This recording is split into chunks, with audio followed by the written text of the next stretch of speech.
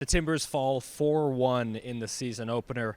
It is their worst season opening loss since 2011, their first year in MLS. Of course, this game was turned on its head 11 minutes in when Kamal Miller was shown his third red card in his MLS career. I do think it was a red card. It was a soft foul, I'll give it that. But Brian White was through on net. I think if it was the 85th minute, he continues to run away from Kamal Miller. But because it was the 11th minute, he smartly runs into the path of Kamal Miller.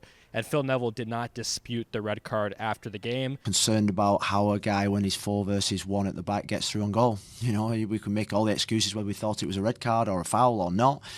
For me is that guy should never be in that position anyway. The one referee issue I do have an issue with, and I think you probably do too, was the non-called handball. It was the third goal that Vancouver ended up scoring.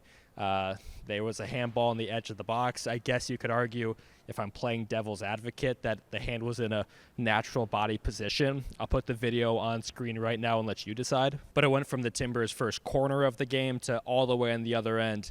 Jaden Nelson on a nice assist, his third of the night, making it 3-0 Vancouver. Was it handball or not? I think everybody in everybody in the stadium saw it. But like I say, it was still 80 yards from goal. You know, it's not as if it was a goal line clearance or it was on our 6-yard box. It was 80 yards from goal. As weird as it sounds, losing in a 4-1 game, I don't think the Timbers were, terrible defensively. They kind of had a makeshift center back room with Dario Zuparic, a late scratch to what seems like a bad leg injury, which is the last thing you want to see. Miguel Araujo was in his home country of Peru dealing with green card issues. So Finn Sermon, who's been hurt throughout preseason, had to start. Zach McGraw in the middle, and Kamal Miller sent off right away. We kept going. It was really difficult. Forey, I thought, was outstanding. Ian Smith came on, was outstanding. Got a good chance of starting next week with what I saw today. So a lot of the questions I have about this team can't really be answered until next week because they were only at 11 men for 10 total minutes in this game. At the same time, it puts a lot more pressure on next week against Austin.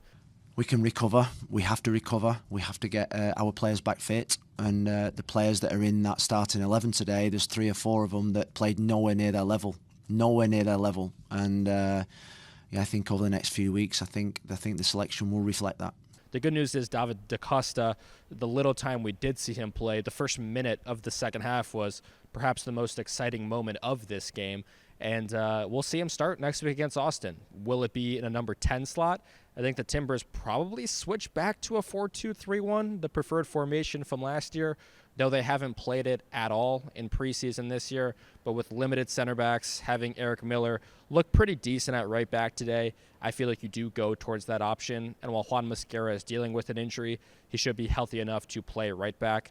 But in total, today is, of course, a net negative. Over the last 2 games with the Vancouver Whitecaps, it's been a combined scoreline of 9-1, something that just needs to improve. And in Cascadia this year, this is such a big blow because unlike the last couple of years, we have 6 Cascadia Cup matches. This season, there's just 4, 2 against Seattle, and now just 1 left against Vancouver.